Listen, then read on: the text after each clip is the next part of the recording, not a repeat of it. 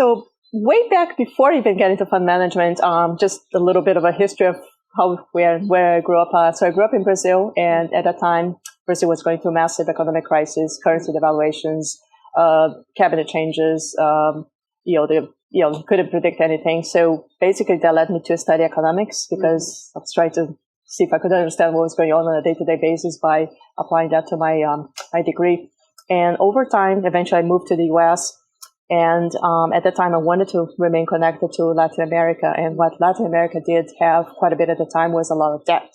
So that basically brought me to the fixed income market. So I worked with various couple firms on a research role initially. And as I progressed, I was given more responsibilities. So eventually became a fund manager. So I think fund management for me was a really interesting career because I think when I was at university, there wasn't actually an obvious career path that I wanted to follow. So I started sort of testing out some things. I found research, really interesting, and I did an internship at RBS in global banking and markets. What interests me about fund management, though, is just the diversity. So every day is different. I get to meet with companies across all sorts of different sectors. In one day, I'll meet 4 companies who do completely different things. One of the bits I enjoy most, though, is the engagement with management teams. So, particularly we invest in a lot of founder-run businesses. I think that, these personnel are really, truly, engaging when we meet them. And, we're challenging them on their business cases. But, as well, I think we really can build up relationships. And I thoroughly enjoy meeting all sorts of companies and doing the site visits as well. Quite a boring story, really. I studied economics at A-level, which quite quickly became my favourite A-level, and I felt like I could sort of see the patterns quite easily, and it felt like it came more naturally than some of the other A-levels I was doing. And so I wanted to do that at university. And then in the middle of school and university, I actually did an outreach program at a Swiss bank. Okay. Well, it was called an outreach program. It was basically work experience, but it was to encourage more women to get into investment banking. But by calling it an outreach program, it's sort of, you can probably tell that the type of program it was, it kind of had the complete opposite effect, essentially. So I stepped right back from kind of aspirations of anything to do with finance for a while. And then post my degree, I just signed on with a recruitment agency. And she said, actually, there are more jobs out there in finance than just investment banking or trading, which is obviously what I'd seen in the films. So she opened my eyes to a whole new world of fund management, and it sounded absolutely perfect. And she found me a job at Rathbones, and I've been there ever since. A combination of things. A little bit of good luck, jolly hard work, determination. The good luck was I was talking to somebody I'd never met, very sort of animated about sailing, which I love. And he said, you should be in the city working in equities. And I looked at him and I thought, why? What's an equity? And he very kindly introduced me to a couple of his friends who knew what they were talking about. And I suddenly realized he was right. And then I embarked on a long journey, 8 years of professional exams. I mean, you know what it's like. And jolly hard work. And what really excites me is that there is an opportunity to really add value. If you do your job well, you are really benefiting your clients by giving them a stronger financial basis, but also feeding capital to those companies that are doing the right thing and engaging with them to help them on that journey. So it's a sort of win-win, really. So I joined Baillie Gifford straight from university. I studied international relations and modern history at the University of St Andrews. And I always thought I would go down the civil service think tank route. But I was very drawn to the expansive nature of the role at Baillie Gifford. So you can build up a vast knowledge of everything, looking at hydroelectrics in Brazil one week to then looking into the global trends within the recycling market, to then looking at the global supply of cocoa for the chocolate industry the next. So you really force your mind to continually learn and challenge the way you might think about these areas of the world over the next 10 years, which I found to be a very intoxicating task.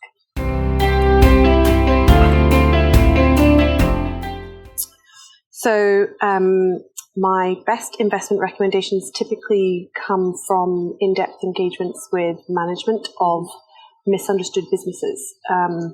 One of the best examples of which would be Hurtigruten, which at the time we invested in 2015 was fairly not particularly well known and not understood Norwegian shipping company that served local population for the Norwegian government, as well as offering cruises up into the polar regions.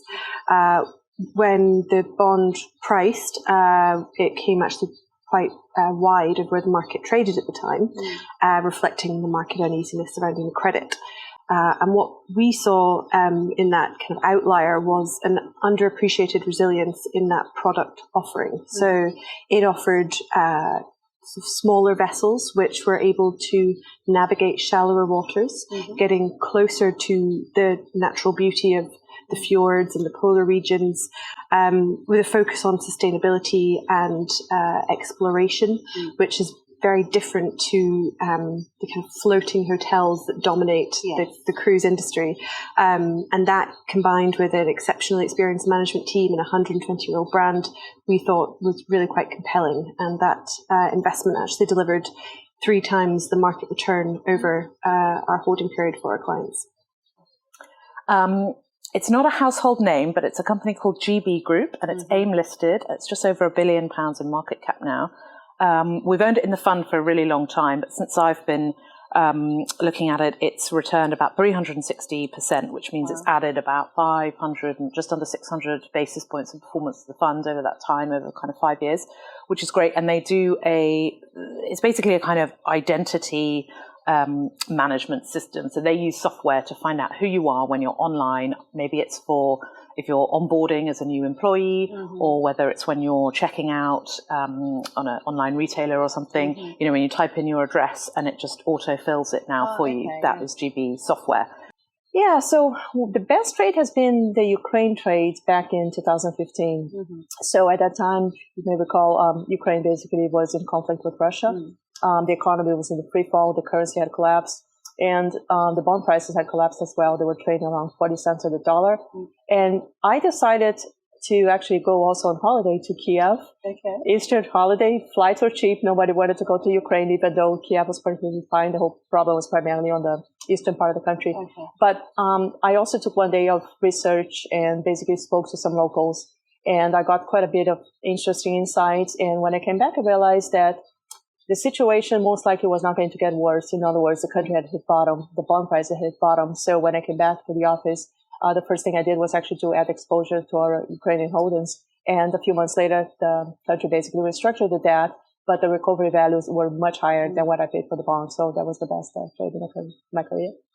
So, I think we've had quite a lot of interesting investments which have performed well. In more recent times, I think Games Workshop is a good example. So, I think that business truly has great momentum. And what we needed to convince ourselves about when we initiated a position was, could that be sustained? It was a business which had been around for a long time.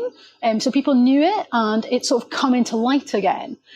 So we did a lot of analysis in terms of judging, what had management changed within the business, their online strategy, looking at licensing opportunities, geographical expansion, and really, we came to a conclusion that actually there was a lot of momentum behind that. I think one of the interesting things is actually the fact that not only do they still have consumers who, started playing things like Warhammer when they were children, but now actually, those people are growing up and they're playing with their children, bringing in a new generation.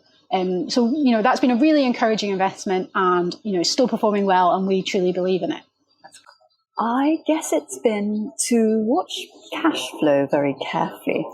And now I'm going to make it very personal, but when I was 18, my father gave me a bank account and a credit card and a promise. And the promise was he would never, ever bail me out. And he explained to me compound interest, which I subsequently learned that lovely quote from Einstein. Eighth wonder of the world. If you don't know about it, you pay it. And if you do, then you earn it. And he used the credit card as an example and said, always manage your cash flow. And that's something I try to do and try to teach the children and et cetera, et cetera. Thank you very much. Pleasure.